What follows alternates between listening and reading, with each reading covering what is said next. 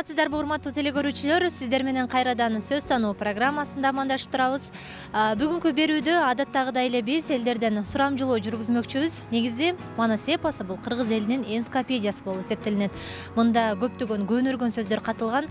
Ал эми эл мына ушул көнөргөн сөздөрдүн маанисин канчалык деңгээлде билет, канчалык деңгээлде түшүнөт, биз сурамжылоо жүргүзмөкчүбүз. Анда баштадык.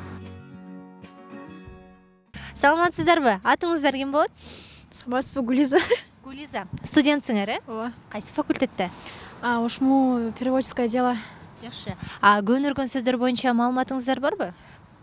Негизи көнөргөн сөз деген эмне? Жок. Ооба, билбейбиз. Историзм, архаизм сөздөр. Аларды билебиз. Мааниси кандай? Историзм бул исторический историяга кирген сөздөр, архаизм это сөздөр, которые сейчас не используем, да? Жакшы. Анда мен сизге бир сүйлөм окуп берейин. Ушул сүйлөмдүн ичинен кайсы сөз түшүнүксүз болсо айтасыз. Дайырсызбы? Ооба. Анда баштадык. Буга чейин ормон чер болгон дейт. Мына ушундай сүйлөм экен. Бул сүйлөмдүн ичинен кайсы сөз түшүнүксүз? Өзүңүз окуп көрсөңүз да болот. Буга чейин ормон чер болгон. Кайер турат ол? Да, жет. Буга чейин ормон чер болгон. Кайсы сөздөр сизге түшүнүксүз? Ормон анан чер. Демек, ормон, чер деген сөздөр түшүнүксүз, э? Урматтуу телекөрүүчүлөр, бул сүйлөмдүн ичинде ормон жана чер деген сөздөр түшүнүксүз болду. Дал ушул сөздөрдүн маанисин чечмелейбиз. Ормон. Белгилүү болгондой, бул сөз түрк тилинде токой деген маанини билдирет. Азыр кыргыз тилинде өз алдынча колдонулбаганы менен ормон токой, токой ормон, ормон жыгач деген кош сөздөрдүн курамынан кездешет. Тоо жыгачтуу жер болгон, токой ормон чер болгон. Юдахиндин сөздүгүнөн мына ушундай мисалды ала алабыз. Оролмо токойдон орокко сап чыкпайт деген лакап сөздөгү оролмо да ормон дегенден өзгөрүп кеткени болушу мүмкүн деп болжолдоого болот. Мисалы, Шибердин ормонунда болот дегенди укчу элек. Мелиса Бакиров. Тоо жыгаштуу жер болгон, токой ормон чер болгон. Манас эпосунан. Чер. Калың, жыж, чытырман токой, калың жыж чыккан бадал чер деп аталат. Мисалы, токойдон ары барганда көпүрөсүз чоң суу. Чыгыш тарабы болсо өткөл, татаал, майда калың чер. Касымалы Жантөшев. Балырда балык ойногон, черинде жолборс жойлогон. Манас эпосунан. Чер сөзү өтмө мааниде да колдонулат. Капа, кайгы, убайым чогулуп жыйылган санаа, муң дегенде түшүндүрөт. Мисалы, көкүрөктө калың чер мына ошентип басылса. Саякбай Каралаев. Бел чекеден эчен ире теркетти. Тери жууп, көкүрөктөн чер кетти. Жусуп Турусбеков.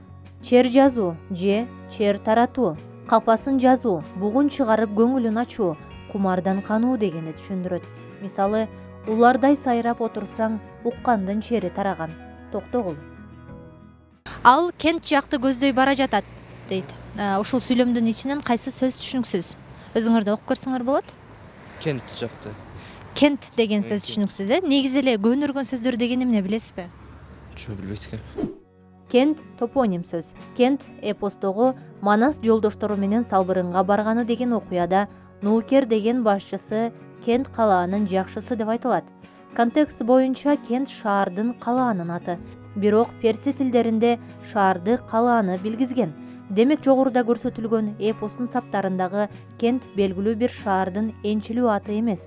Калаа, шаар деген жалпы аталыштын синонимдери. Айырмасы калаа деген сөз араптардан Кент перси тилинен алынып, эки сөз катары менен Манас эпосунан орун алган. Кент сөзүнүн кийинки мааниси кыштак, айыл, эл отурукташкан жай, шаар дегенди түшүндүрөт. Чыгармаларда төмөндөгүдөй мисал келтирилет.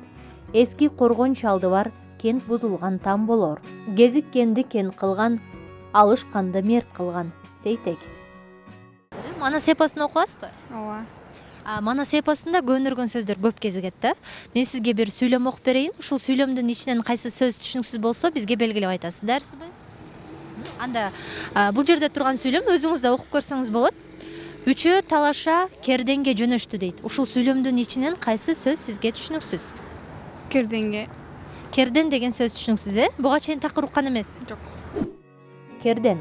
Фарфордон, чоподон жасалган чоң чыны. Кесе керден деп аталат. Керден кесе, керден аяк деп да көп кезигет. Мисалы, анын соңунан үчөө кашык талаша керденге жүткүнүшөт. Шүкүрбек Бейшеналиев. Өтмө мааниде моюн, кекиртек дегенде түшүндүрөт. Ошондой эле көңдөй маанисинде мактанчак, желөпкө дегенде туюнтат. Кээде баш маанисинде да айтыла берет. Керденин кесип салбайбы дегенде кекиртегин эмес, башын алып салууну туюнтат. Бир мыскал күмүш алып келди дейт. Ушул сүйлөмдүн ичинен кайсы сөз түшүнүксүз? Кайра окуймунчу. Бир мыскал күмүш алып келди дейт. Кайсы сөз сизге түшүнүксүз? Ушул сүйлөмдүн ичинен. Мыскал деген, буга чейин уккан эмессиз? Жок, укпамын го, бирок кыргызча мааниси кандай болот билбейм, өзбекче маанисин билем бирок. Кандай болот? Мыскал деген учпу ошондой түшүнөм. Мыскал деген ооба. Анан дагы мыскал деген адамдын аттары бар, Мыскал жок бул эки. Мыскал. Бул сөздүн биринчи мааниси оорундук өлчөмүнүн бирдиги. 5 граммга жакын салмак мыскал деп аталат. Бир мыскал күмүш деп көп учурайт. Өтмө мааниде кичинекей, кымындай, тырмактай дегенди туюндурат. Мисалы, белден төшөк салдырып, мыскалдап дары алдырып. Эл адабиятынан батмандап кирген оору мыскалдап чыгат. Кыргыз эл макалы. Анын накери көздү уялтат дейт. Ушул сүйлөмдүн ичинен кайсы сөз түшүнүксүз? Анын накери? Накери да. Накер деген сөз түшүнүксүз, Анда урматтуу телекөрүүчүлөр, майрамга дал ушул сүйлөмдүн ичинен накер деген сөз түшүнүксүз болду. Биз мына ушул сөздүн маанисин чечмелейбиз. Накер. Сыйга кийилүүчү кооздолгон, кайкы тумшук, кончу, узун өтүк. Экинчи маанисинде баатырлар кийүүчү атайын жасалган ок өтпөс өтүк, жоо кийиминин бир түрү. Чыгармаларда төмөндөгүдөй мисал келтирилет. Кош жылаажын шыңгырап, накери бутта кыңгырап, теминсе жаңыл сыңгырап. Эл адабиятынан. Ошол кезде кабыланын ак кула минип бол коюп, накери бутта чойкоюп. Манасы эпосунан. Милтеге оттук чагып, от коюлар дейт. Кайсы сөз сизге түшүнүксүз? Милте түшүнүксүз. Милте дагы. Ушул. Калган сөздөр түшүнүктүү эле. Түшүнүктүү эле. Милте. Милте сөзүнүн биринчи мааниси дүрмөткө от коюу үчүн колдонулуучу эшилген кебес милте деп аталат. Бир нерсени жаруу үчүн коюлган, салынган жарылгыч затка от жеткирүүчү ичке жип. Чыгармаларда төмөндөгүдөй мисал келтирилет. Жылдыз болуп жылтылдап, милтеден күйгөн оттору. Манасы эпосунан. Мылтыктын көркү огунда, милтенин көркү чогунда. Токтогул. Арасына оюнун актан милте койдурган. Тоголок молду. Бул жерде биз көрбөгөн мисте бар дейт. Ушул сүйлөмдүн ичинен кайсы сөз түшүнүксүз? Мисте деген сөз түшүнүксүз, Анда урматтуу телекөрүүчүлөр, Айкөлгө дал ушул сүйлөмдүн ичинен мисте деген сөз түшүнүксүз болду. Ушул сөздүн маанисин чечмелейбиз. Сизге ыраазычылык. Мисте. Майда жаңгак сыяктуу мөмө берүүчү дарак же бадал өсүмдүк жана ушул өсүмдүктүн жемиши мисте деп аталат. Чыгармаларда төмөндөгүдөй мисал келтирилет. Мисте менен алча бар, биз көрбөгөн канча бар. Манасы эпосунан. Эгер амир кылса асман жер, бир мистеге толбогон, кудуреттин күчү бар. Манасы эпосунан. Урматтуу достор, мына ушун менен биз бүгүнкү сурамжылоону аяктадык. Көптөгөн манас эпосунда кезиккен көнүргөн сөздөрдүн маанилерин дагы түшүнүп алдык. Мына ушун менен биз бүгүнкү берүүнү жыйынтыктайбыз. Кийинки берүүлөрдөн амандашканча саламатта туруңуздар.